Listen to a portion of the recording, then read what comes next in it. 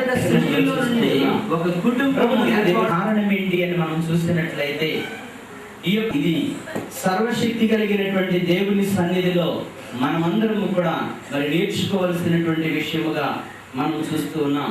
ఈ యొక్క కుటుంబ జీవితాన్ని గురించి కొన్ని శ్రేష్టమైనటువంటి మాటలు సూచనగా ప్రతిదినము కూడా మనకు ఆ యొక్క మరి ఆకాశములో మనం చూసినట్లయితే ఉదయకాలములో సూర్యుని, సాయంకాలం అయ్యేసరికి చక్కని చల్లని ఏర్పాటు చేశారు. ఈ పరిశుద్ధమైనటువంటి కుటుంబములో ఏ యొక్క మరి విభేదాలు ఈనాటికి కూడా లేకుండా తమ కక్షలో తిరుగుచూ చక్కని వెలుగును మానవులకు అందిస్తూ ఉన్నట్లుగా మనందరము కూడా ఆ సూర్య చంద్ర నక్షత్రాదులుగా రాస్తూ ఉన్నాడు. ఒక విజయవంతమైనటువంటి కుటుంబానికి కీలకమైనటువంటి రహస్యం ఏంటి అని మనం చూసినట్లయితే, ఒక విజయవంతమైన కుటుంబానికి కీలకమైనటువంటి రహస్యం ఏంటంటే కుటుంబములో అందరూ సమానులే అనుకుంటా. చెప్పండి, కుటుంబములో అందరూ సమానులే అనుకుంటా ఒక రహస్యం. ప్రభునందు దేవుని ఎంతో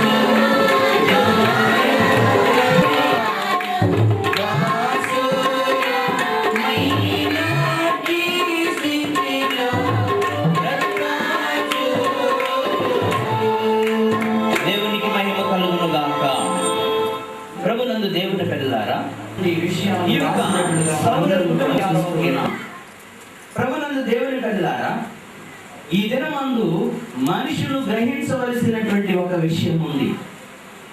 మరి ఇక్కడ నిలబడి దైవ వాక్యాన్ని సందేశాన్ని అందిస్తూ ఉన్నటువంటి నేను మీలో దేవుని బిడ్డలారా, పిల్లలుగా ఉన్నారు అంటే అది దేవుని కృప. ఏ స్థితిలో ఎవరున్నను దేవుని కృప. దేవుని కృపను బట్టి మనము ఒక భర్తగానో భార్యగానో పిల్లలుగానో సకలి స్థితిలో సాగగలుగుతూ ఉన్నట్లుగా మనందరము కూడా గమనించవలసినటువంటి వారమై ఉన్నాం. దేవుని కృప చేత మనకు ఆ స్థానం ఇవ్వబడింది. ఒక భర్త స్థానం, లేకపోతే ఒక భార్య స్థానం, పిల్లల స్థానం, లేక ఈ లోకములో అనేకమైనటువంటి అధికారములు, ఉన్నతమైనటువంటి స్థానాలు. ఇవి మనం గమనించినట్లయితే సర్వశక్తి కలిగినటువంటి దేవుని సన్నిధిలో మనందరము కూడా గుర్తించాలి. కావాలి దేవుని యొక్క ఉద్దేశాన్ని తెలియజేశారు. బహు అరుదుగా ఉపయోగించబడేటటువంటి యొక్క మాటలు ఈ దినమందు నేను మీకు తెలియజేయాలని ఆశిస్తూ ఉన్నాను. యెషయా గ్రంథం 8వ అధ్యాయం 18వ వచనం. ఇదిగో నేను యెహోవా నాకిచ్చిన పిల్లలను సీయోను కొండ మీద మమ్మల్ని చూచే విధముగా సూచనలుగా మేమందరికీ కూడా కనబడుచు ఉన్నాం. ఆ కుటుంబం ఒక మాదిరి కుటుంబం. పరిశుద్ధ గ్రంథములో వ్రాయబడినటువంటి ఈ కుటుంబం, యజమానుడైనటువంటి యెషయా గారు తన యొక్క కుటుంబాన్ని గురించి చెప్పుకుంటూ ఉన్నారు. ఏమనంటే, నేను నా పిల్లలు, నా యొక్క భార్య, నా కుటుంబం అంతా కలిసి ఇశ్రాయేలు ఎదుట సూచనలుగా ఉన్నాం, మహత్కార్యములుగా ఉన్నామని చెప్పి యజమానుడు. మరి యొక్క దినాల్లో మనం చూసినట్లయితే యజమానుని స్థానం లేదు. యజమానుని యొక్క స్థానం కనుమరుగైపోతూ ఉంది. నువ్వు కూర్చో, నేను మాట్లాడతా, నువ్వు మాట్లాడొద్దు, నువ్వు మాట్లాడొద్దన్నానా, నేనే మాట్లాడతా, నేనే చూసుకుంటా, నీకేం తెలుసు. ఎవరు చెప్తున్నారు చెప్పండి? సంవత్సరంలో ఉన్న ప్రేమ తరువాత సంవత్సరంలో కనుమరుగవుతూ ఉంది. నెమ్మదిగా ప్రేమ సన్నగిల్లిపోతూ ఉంది కుటుంబ వ్యవస్థలో. దేవుని పిల్లారా, ఒకసారి నేను బస్సులో ప్రయాణం చేస్తూ ఉన్నాను. ఈ యొక్క మాటలు అనేక సందర్భాల్లో నేను తెలియజేస్తాను. కొత్తగా పెళ్ళైనటువంటి వాళ్ళు 2 సీట్లే ఉంటాయి చూడండి, ఎడం ప్రక్కన ఉంటాయి బస్సుకి. ఆ 2 సీట్లలో కూర్చుని ఊసులాడుకుంటున్నాడు. మరా చూపిస్తున్నాడు ఏంటంటే అది వెంతలో చూపిస్తా ఉన్నాడు కిటికీలో నుండి, బస్సులో నుండి. ఈ పక్కన మరి 3 సీట్లు ఉన్నాయి, 2 పిల్లలు ఉన్నారు, వాళ్ళకి ఎంత పెద్దోళ్ళు అయ్యారు పిల్లలు. మరి ఆ భార్య ఏమో ఆ చివరి పాపం మొక్కం కింద పెట్టుకుని కూర్చోంది. ఏం జరిగింది అని మనం చూస్తున్నట్లయితే నెమ్మదిగా సహనం తగ్గింది, ప్రేమ తగ్గిపోయింది.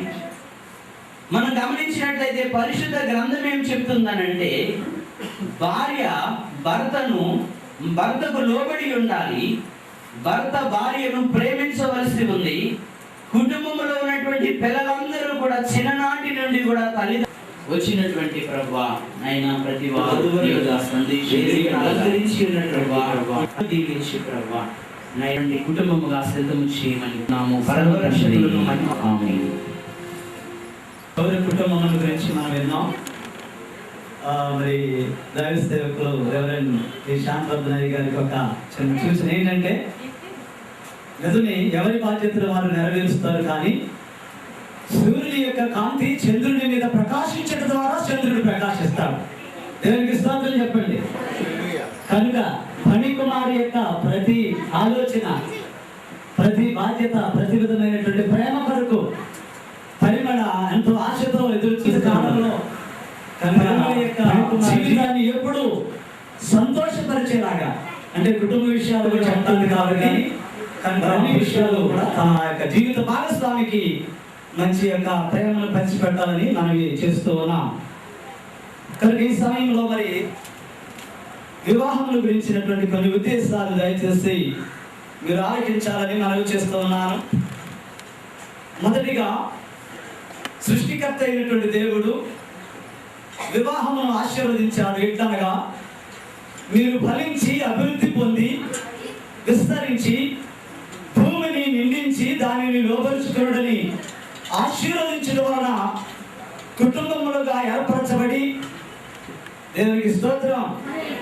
మూడవదిగా చూసినట్లయితే మనందరము తలంచినట్లుగా ఒకరికన్నా ఇద్దరు మేలు ముఖమై దేహాత్మల విషయాన్ని స్వీకరిస్తువా, ఈమెను ప్రేమించి ఆదరించి సుఖదుఖముల యందు కాపాడి బ్రతుకు కాలమంతయు కూడా ఈమెని అద్దుకుని జీవించుటకు ఇష్టపడుచు ఉన్నావా?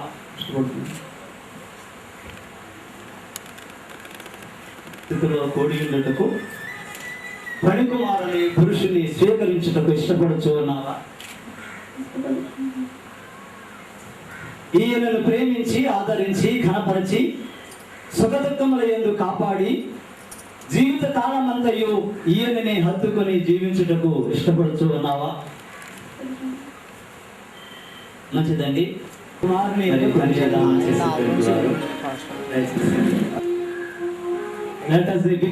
అందరూ దయచేసి చప్పట్లు కొట్టి సంతోషాన్ని అలాగే ఉంటుంది.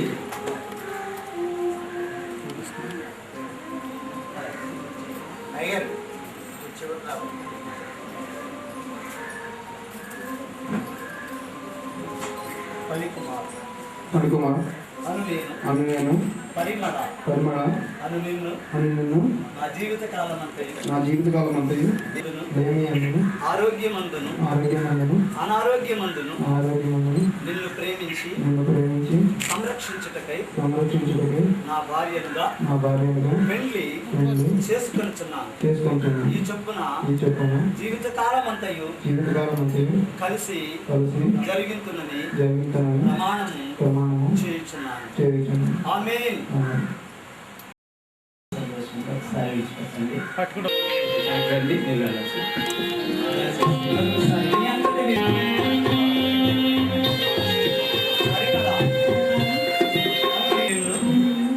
నా జీవిత కాలమంతయు దేలుకైనను కీడుకైనను కలిమి యందును లేమి యందును ఆరోగ్యము చేసుకొనుచున్నాను.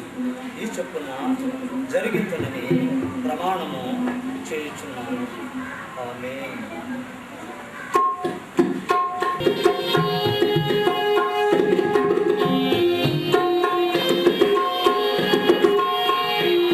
ప్రవర్తన అలంకారము కలిగి తమ జీవితము అలంకరింపబడి తాము చేసిన వడంబడికలను నీ ఆజ్ఞలను నెరవేర్చుటకై ఎప్పుడును జ్ఞాపకము చేయు సాధనముగా ఉన్నట్లు దీవించుమని పరిపాలించుటకే అలంకరింపబడిన వధువు సంఘముతో రానయ్యున్న క్రీస్తు నామమున వేడుకొని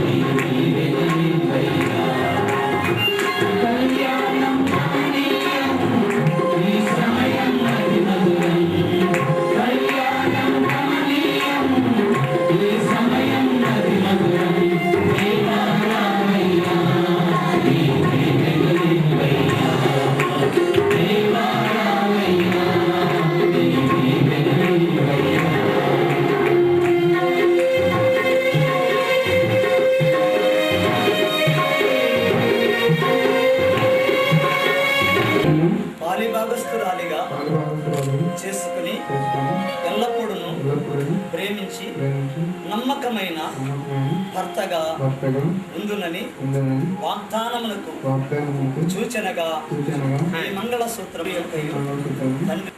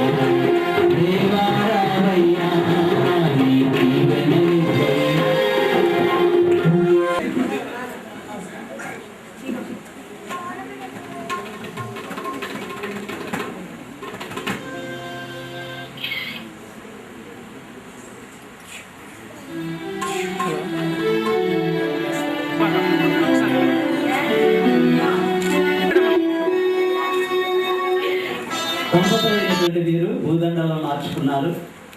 మీ జీవితం పరిమళ సువాసనగా ఉండులాగా మీరు